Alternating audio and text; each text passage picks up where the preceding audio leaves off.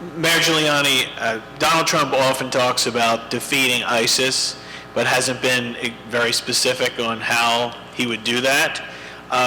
Do you support ground troops in certain countries to defeat ISIS? And what would the strategy be under a Trump administration that would be different than what we see now under the Obama administration? Well, first of all, I think it's appropriate as a candidate that he announce his goals, and particularly where it relates to military affairs, not his specific actions. After all, he doesn't have the benefit of the advice of the Joint Chiefs of Staff. He doesn't have a Secretary of Defense yet. He can't make his own independent assessment. Now, if you want my opinion, this is Rudy Giuliani's opinion.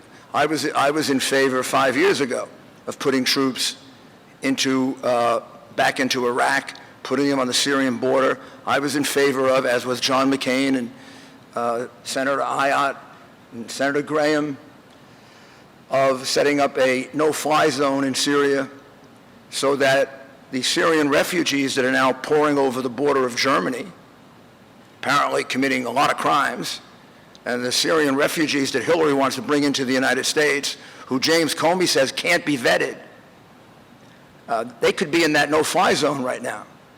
They could be in a place protected by multinational troops and by our Air Force. So yes, I'm in favor of using American troops to destroy ISIS. I am not a no boots on the ground person like the President of the United States. In fact, I find it offensive when he's constantly saying no boots on the ground, no boots on the ground, no boots on the ground. He's immediately telling our enemy we don't have the will to go in the ring and fight with them. And if Donald Trump asked my advice would be go talk to General Kaine, go talk to General Petraeus, figure out how they won the victory in the eastern part of Iraq. That's where we have to win this victory. They know it better than anyone else. It's when we pulled out and we left the Sunnis unprotected that some of them went and hid and the others joined ISIS. That's how Hillary Clinton and Barack Obama built ISIS into what it is today. Had we kept our troops there, they would have had protection.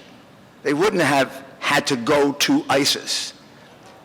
If we had kept our troops there, we would have found out about the beginning of ISIS growing from day one. When you have 100,000 troops or 50,000 troops, you get a lot of information.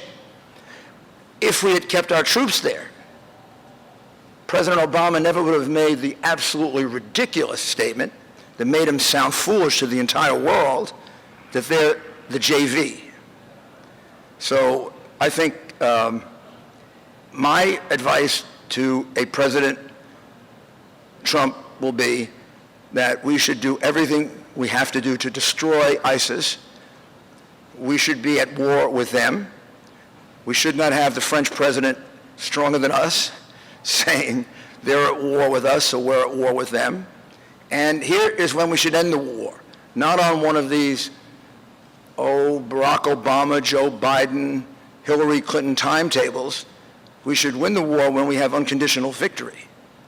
Timetables for wars are absurd. If we had had a timetable for the Civil War, we would have quit in 1863.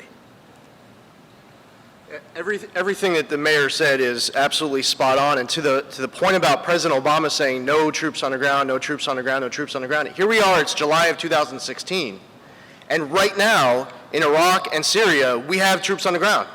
They're carrying a rifle, they're wearing boots, those boots are on the ground, they are doing combat missions. What is being said out of the White House is to serve domestic politics. It's a legacy item to tell the American public that there will be no troops on the ground.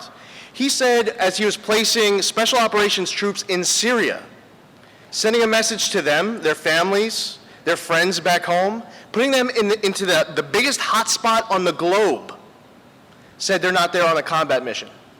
There is no way for them physically to be standing where they are and not give them the rules of engagement that allow them to protect themselves. But when the Democratic Party or this administration that's in power right now, where Hillary Clinton and Tim Kaine talk about what's next, when they say no troops on the ground, it's divorced from the reality that is present day America, where right now we have men and women overseas risking their lives to defend our freedoms and liberties.